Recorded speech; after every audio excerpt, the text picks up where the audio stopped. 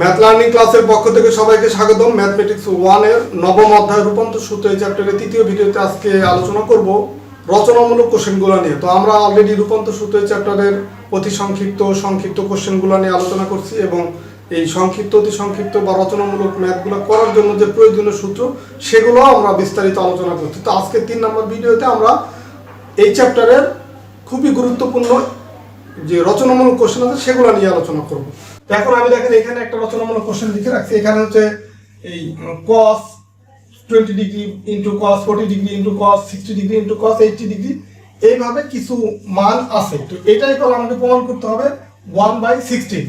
তো এখন এই ম্যাথটা করার জন্য এটা যখন আমরা সলিউশন করব, তো এখন খেয়াল করব যে এখানে দেওয়া আছে যে মানগুলা এটাকে লিখবো আমি যে লেফট হ্যান্ড সাইড ইকুয়াল হচ্ছে cos 20 degree into cos 40 degree into cos 60 degree into cos 80 degree. তো এখানে যে ডিগ্রিগুলো আছে আমি দেখেন জানি কোনগুলো। 0 ডিগ্রির মান জানি, 30 ডিগ্রির মান জানি, 45 ডিগ্রির মান জানি, 60 ডিগ্রি এবং 90 ডিগ্রি এই মানগুলো আমরা জানি। তো এখন আমি খেয়াল করবো যে এইখানে যে ডিগ্রিগুলো আছে তার ভিতরে কোনোটা এর সাথে ম্যাচ করে কিনা। দেখেন এর সাথে এই 60 ডিগ্রি যেটা সেটা ম্যাচ করে, আর বাকি যেগুলো আছে এগুলো কোনোটা ম্যাচ করতেছে না। তো 60 ডিগ্রির যে মানটা আমরা জানি সেটা লিখবো যে cos 60 ডিগ্রির মান হচ্ছে হাফ। এটা আবার এই কত ডিগ্রির মান কত সেটাও কিভাবে মনে রাখা যায় এটা আমরা সপ্তম অধ্যায়ের প্রথম ভিডিওতে আলোচনা করছি। যারা দেখেন না ওই ভিডিওটা তারা দেখে আসলে আপনাদের জন্য সহজ হবে। তো এখন আমি এখান থেকে যেটা করবো যে cos 20 ডিগ্রি মানে এগুলো আমি ঠিক রাখবো, কারণ এগুলোর মান তো আমি জানি না। cos 40 ডিগ্রি, এখন এই যে cos 60 ডিগ্রি যেটা সেটার মান আমি জানি, তো এখানে লিখবো হচ্ছে হাফ ইন্টু cos 80 ডিগ্রি। এখন এইখানে যে মানগুলো আছে যে 20 ডিগ্রি 40 ডিগ্রি 80 ডিগ্রি এটাকে দেখেন কোনোভাবে আমরা ভেঙে কিন্তু মান বের করতে পারি না। যেমন আগের যে ম্যাথ সেই ম্যাথগুলোতে আমরা কিছু ক্ষেত্রে আমরা এরকম পাইছি যে ধরেন 15 ডিগ্রি পাইছি। তো 15 ডিগ্রিকে আমরা কিভাবে ভাঙছি যে এটা হচ্ছে ধরেন 30 ডিগ্রি প্লাস হচ্ছে 15 ডিগ্রি, বা এইভাবে না যে এইভাবে ভাঙছি এইভাবে না, ধরেন 15 ডিগ্রিকে ভাঙছি হচ্ছে 60 ডিগ্রি মাইনাস হচ্ছে 45 ডিগ্রি। তো সেই ক্ষেত্রে দেখেন আমরা এই 60 ডিগ্রির মান এখান থেকে পাবো, আবার 45 ডিগ্রির মান এখান থেকে আমরা পাবো। তো এই কারণে এটাকে কিন্তু আমরা এইভাবে ভাঙতে পারছি, কিন্তু এখানে যেগুলো আছে যে 20 40 80 এটা কিন্তু এইভাবে কোনোভাবে ভাঙা যায় না। তো এই কারণে এটাকে আমরা ডিফারেন্ট ভাবে করবো। তো সেটা করার জন্য আমাকে এই হাফটাকে ফার্স্টে নিয়ে আসবো, আমি হাফ নিয়ে আসলাম। দেন এখানে বাকি যেগুলো থাকলো cos 20 degree into cos 40 degree into cos 80 degree এগুলো রাখলাম। এখন দেখেন এখানে আরেকটা বিষয় যেটা এই আমরা যে সূত্র জানি, কিছু সূত্র আমরা আগের চ্যাপ্টার থেকে শিখে আসছি বা এই চ্যাপ্টারে ওই সূত্রগুলো লাগছে। তো সেই সূত্রগুলো আলোকে আমি কিভাবে করতে পারি দেখেন এই এরকম একটা সূত্র জানি cos a plus b plus হচ্ছে cos a minus b equal হচ্ছে কি জানি যে 2 cos a cos b। তো এখন আমরা যদি এমন হয় যে এই 40 ডিগ্রি আর 80 ডিগ্রি এই দুইটাকে যদি আমরা একটু সাজায় লিখি যে এই cos 80 ডিগ্রিটাকে আগে লিখবো আর 40 ডিগ্রিটাকে পরে লিখবো, সেই ক্ষেত্রে এটাকে যদি b ধরি তখন আমরা যে এইভাবে কিন্তু সাজায় লিখতে পারি যে হাফ cos 20 ডিগ্রি এটা ধরুন থাকলো এখানে, বাকি এটাকে আমরা এই একটা অতিরিক্ত 2 নিলাম এখানে cos 80 ডিগ্রি cos 40 ডিগ্রি। এইভাবে যদি সাজাই এখানে দেখেন 2টা কিন্তু আমরা অতিরিক্ত লিখছি, এখানে 2 কিন্তু এখানে ছিল না, এখানে অতিরিক্ত লেখার ফলে এটাকে নিচে আমার ভাগ করতে হবে। তার মানে এখানে আমি এই 2কে যদি 4 করে দিই তাহলে কিন্তু আবার এটা ঠিক হয়ে যাচ্ছে। এই 2 আর এই 4কে কাটলে হাফই থাকে। তো এখানে আমি 2 দিয়ে গুণ করলাম, নিচেও আমি 2 দিয়ে গুণ করছি, গুণ করার পর নিচে 1/4 হয়ে গেছে। এটাই কল হচ্ছে আমরা এই সূত্রটা অ্যাপ্লাই করতে পারবো। এখন যদি আমরা এই সূত্রটা ধরেন অ্যাপ্লাই করি তখন কি দাঁড়ায়, তখন হচ্ছে এইখানে 1/4 cos 20 ডিগ্রি এটা ঠিক থাকলো, আর এইখানে হচ্ছে যে cos a প্লাস b এটা হচ্ছে a এটা হচ্ছে b, তার মানে এখানে দাঁড়া হচ্ছে cos 80 আর 40 120 ডিগ্রি প্লাস হয় cos a মাইনাস b, মানে 80 থেকে 40 চলে গেলে cos 40 ডিগ্রি। সরি এখানে কসটা লেখা আছে যে কস 40 ডিগ্রি, এটা কিন্তু আমরা লিখতে পারি এখানে এই সূত্র অনুসারে। দেখেন এখানে যে 2 cos A cos B equal এই যে এই সূত্রটা, এটা আমি অ্যাপ্লাই করব। তো এখন এইখানে এই যে cos 120 ডিগ্রি, এটাকে আবার দেখেন cos 120 ডিগ্রি, তো এটাকে আমরা কিভাবে লিখতে পারি? এটাকে লিখতে পারি যে cos 90 ডিগ্রি প্লাস হচ্ছে 30 ডিগ্রি, এভাবে কিন্তু লিখতে পারি। এইভাবে যদি লিখি এটাতে কিন্তু 90 এরকম যদি থাকে, ধরেন 90 প্লাস হচ্ছে 30, তার মানে এইখানে পড়তেছে, এইখানে cos এর মান হচ্ছে মাইনাস হচ্ছে, আর এটা যেহেতু 90 আর 90 কে 1 দিয়ে গুণ করব, মানে 90 যেহেতু বিজোড় গুণিতক, 90 এর বিজোড় গুণিতক মানে কিছু দিয়ে গুণ নাই, তার মানে এখানে আসবে 1, তো যেহেতু বিজোড় তো এই cosটা তখন হয়ে যাবে sin 30 ডিগ্রি, আর sin 30 ডিগ্রি মান হচ্ছে কত? হাফ, আর এই মাইনাসটা আছে এখানে। তো একবার আমি সেটার পরিবর্তে এই যে 1/4 cos 20 ডিগ্রি, আর এইখানে আমি লিখতে পারি মাইনাস হাফ এই যে cos 120 ডিগ্রির মান প্লাস হচ্ছে cos 40 ডিগ্রি। এই 40 ডিগ্রি মান তো আমরা জানি না, তো এই কারণে আমি এটা লিখলাম। তো এখন এই গুণ করে দেব, এটা এই 1/4 আর হাফ এটা গুণ করলে হয় মাইনাস 1/8 cos 20 ডিগ্রি, আর এখানে হয় plus 1/4 cos 20 degree cos 40 degree, এরকম হয়। এখন দেখেন এই অংশটাকে কিন্তু আবার আমরা এখানে যদি একটা 2 নেই, তখন কিন্তু আবার cos A cos B এই সূত্রটা অ্যাপ্লাই করা হবে। এখন আমি এইখানে এই জায়গাটা ফাঁকা করে দিচ্ছি, যেহেতু আমার এখানে জায়গা স্বল্পতা। এইখান থেকে ধরুন সমান দিলাম এই 1/8, এখানে মাইনাস cos 20 ডিগ্রি, এই প্লাস 1/4, এটাকে নিচে ধরেন 2 দিয়ে গুণ করলাম, তার মানে 8 হলো, আর এখানে দিলাম 2। তো 2 এটাকে আবার একটু সাজা লিখবো, এই 40 ডিগ্রিটাকে আগে লিখবো যে cos 40 ডিগ্রি cos 20 ডিগ্রি, এভাবে রাখলাম। তো এখন এটা কিন্তু আবার ওই সূত্রটা অ্যাপ্লাই করতে, আগে যে সূত্র অ্যাপ্লাই করতো ওই সূত্রটা এখন আমরা অ্যাপ্লাই করতে পারবো। cos 20 ডিগ্রি প্লাস এই 1/8, এটাকে লেখা যায় cos A প্লাস B, তার মানে cos 40 আর 20 cos 60 ডিগ্রি, প্লাস হচ্ছে cos A মাইনাস B, মানে 40 থেকে 20 চলে গেলে cos 20 ডিগ্রি হয়, এটা এভাবে রাখতে পারি। দেন হচ্ছে আবার আমি 1/8 cos 20 ডিগ্রি, এটা দিয়ে আমি গুণ করে দেবো 1/8 দিয়ে, তো এখন প্লাস 1/8 এই cos 60 ডিগ্রির মান কত? cos 60 ডিগ্রির মান হচ্ছে, আমরা জানি কি cos 60 ডিগ্রির মান হচ্ছে হাফ, তো এই হাফ লিখলাম এখানে হাফ, অর্থাৎ পরের লাইনে গুণ করতেছি তখন আপনাদের বুঝতে সহজ হবে, এটা লিখলাম। জাস্ট এখানে হচ্ছে এটার মান বসাইলাম। এখন আমরা 1/8 cos 20 ডিগ্রি প্লাস হচ্ছে এটা দিয়ে গুণ করে দিলাম, তাহলে কত? 1/8 আর 1/2 দিয়ে গুণ করলে 1/16 হয়, প্লাস 1/8 cos 20 ডিগ্রি। এখন দেখেন এটা আছে মাইনাস 1/8 cos 20 ডিগ্রি, এটা হচ্ছে প্লাস 1/8 cos 20 ডিগ্রি, তার মানে এটা আর এটা কাটা যায়, এখানে থাকে কি 1/16। দেখেন আমাকে প্রমাণ করতে বলছে কিন্তু এটা, তার মানে আমার এটা ইকুয়াল লিখতে পারি কি রাইট হ্যান্ড সাইড, প্রমাণিত। তো এই সেম টাইপের হুবহু সেম আরেকটা ম্যাথ আছে, যে এখানে cos-এর পরিবর্তে সবগুলো আছে সাইন, সেটার ক্ষেত্রেও এই দেখবো যে কোনটা আমার, কোন মানটা আমরা জানি, কোন ডিগ্রিটা আমরা জানি। যদি এরকম থাকে বা একাধিকও যদি থাকে যে এখানে cos 60 ডিগ্রি আছে আবার cos 45 ডিগ্রি আছে, তো যেই মানগুলো আমরা জানি সেগুলো ডিরেক্ট আমি আগে লিখে দেবো।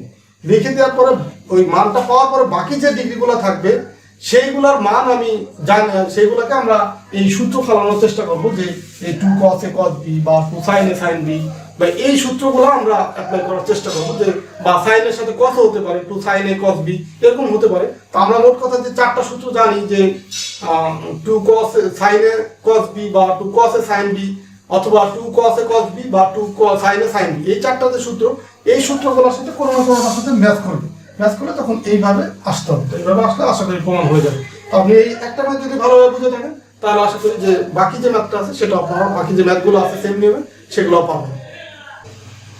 এখন আমরা যে রচনামূলক ম্যাথটা করব সেটা দেখেন আমি এখানে লিখে রাখছি। এটা একটা এই রূপান্তর সূত্রের চ্যাপ্টারে আর একটা টাইপের রচনামূলক কোশ্চেন।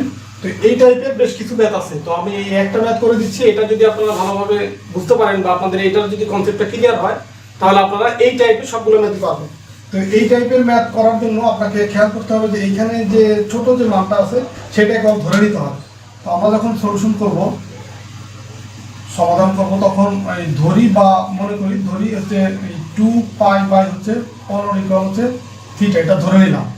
তো এখন ধরে নেওয়ার ফলে আমার লাভটা কি হলো, যে এখন আমি যখন লেফট হ্যান্ড সাইড এই মানগুলো বসাবো, আগে লিখে নিই cos 2π/15 cos 4π/15 cos 8π/15 cos 14π/15। এখন যেহেতু আমি 2π/15 ধরে নিচ্ছি থিটা, তো এখন আমি কিন্তু এখানে লিখতে পারি যে cos থিটা, এটাই cos থিটা। আবার এটাই কল লিখতে পারি 2 থিটা। আবার এটাই কল লিখতে পারি cos 4 থিটা। এটাই কল লিখতে পারি cos 7 থিটা। যেহেতু আমি 2π/15 ইকুয়াল এই থিটা ধরছি, তো এটা ধরার ফলে আমি এটা লিখতে পারলাম। তো এটা লিখে আমার লাভটা কি হলো, আমি দেখেন এই যে এরকম একটা সূত্র জানি, যেটা হচ্ছে যে এই sine a plus B plus হচ্ছে sine a minus B equal লিখতে পারি হচ্ছে 2 sin a cos b। এরকম একটা সূত্র আমি জানি। এখন যদি আমরা a সমান b যদি ধরি, সেই ক্ষেত্রে দেখেন এখানে হয় sin 2a। a সমান যদি b ধরি বা b সমান যদি a বসে তখন sin 2a হয়। আর এখানে যদি b এর মান a বসে তাহলে কাটাকাটি হয়ে sin 0 হয়। 0 এর মান sin 0 ডিগ্রি মান 0, তার মানে এটা 0 হয়ে যায় টোটালটা। ইকুয়াল হয় এখানে যদি আমরা এই এর b সমান a লিখি, তো এখানে লেখা যায় sin a cos a, এটা লেখা যায়। তার মানে আমি এইখানে দেখেন এই যে আমার যে cos থিটা আছে, এটাকে যদি আমরা এই সূত্রের মতো করে লিখতে চাই বা এই সূত্রটা অ্যাপ্লাই করতে চাই এখানে, তখন এটাকে একটু রিয়ালাইজ করে লিখতে হবে, একটু সাজা লিখতে হবে। সেটা হচ্ছে এখানে এই 2 sin থিটা cos থিটা, এটা আমি রাখলাম এখানে। তো এখন দেখেন এইখানে কিন্তু আমার sin থিটা ছিল না, sin থিটাটা আমি বেশি লিখছি, তার মানে এটাকে আমি ভাগ করে দেব sin থিটা। তার মানে এটা কাটাকাটি চলে যায়, আর এখানে 2 cos থিটা। এখন এইখানে আছে 16, তো এখানে যদি আমি 8 রাখি, তো 8 আর এই 2 মানে 2 যদি গুণ করি 16 হয়ে যায়, আর এটা কাটাকাটি চলে যায়, তো ফাইনালি কিন্তু এখানে 16 cos থিটাই থাকে।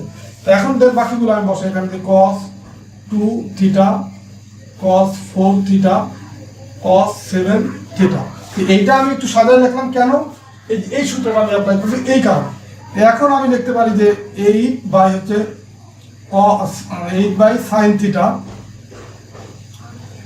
আর এই 2 sin theta cos theta equal আমরা 2 sin theta cos theta equal লিখতে পারি sin 2 থিটা। তার মানে এখানে আমি লিখতে পারি sin 2 থিটা লিখতে পারি। আর বাকি যেগুলো আছে এগুলো আমি বসালাম যে cos 2 theta cos 4 theta cos 7 theta.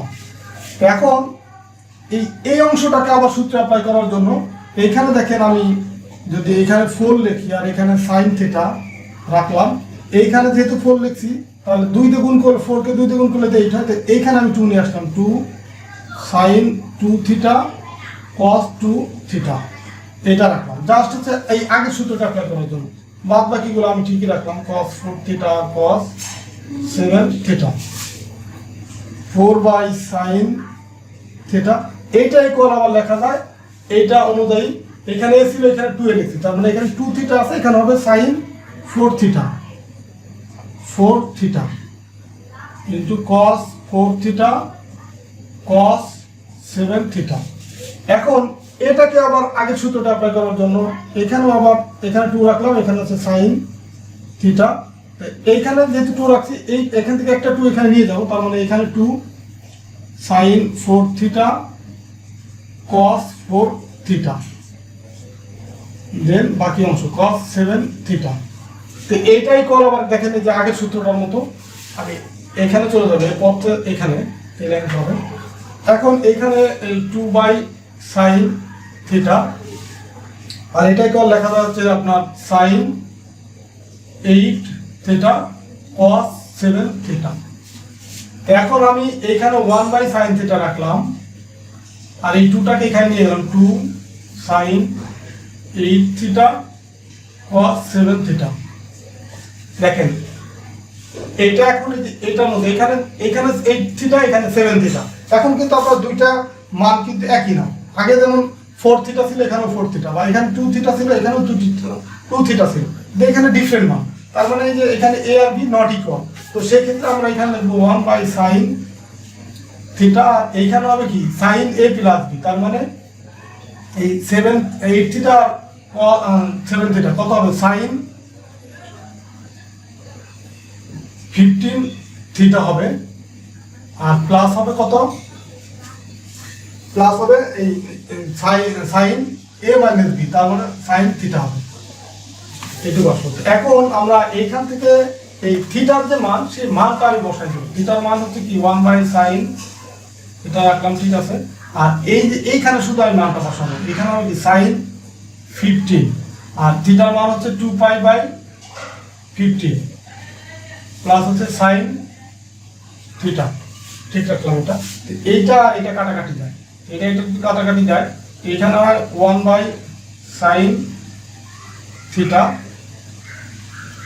আর এইখানে হয় আপনার sin 2π প্লাস হচ্ছে sin থিটা।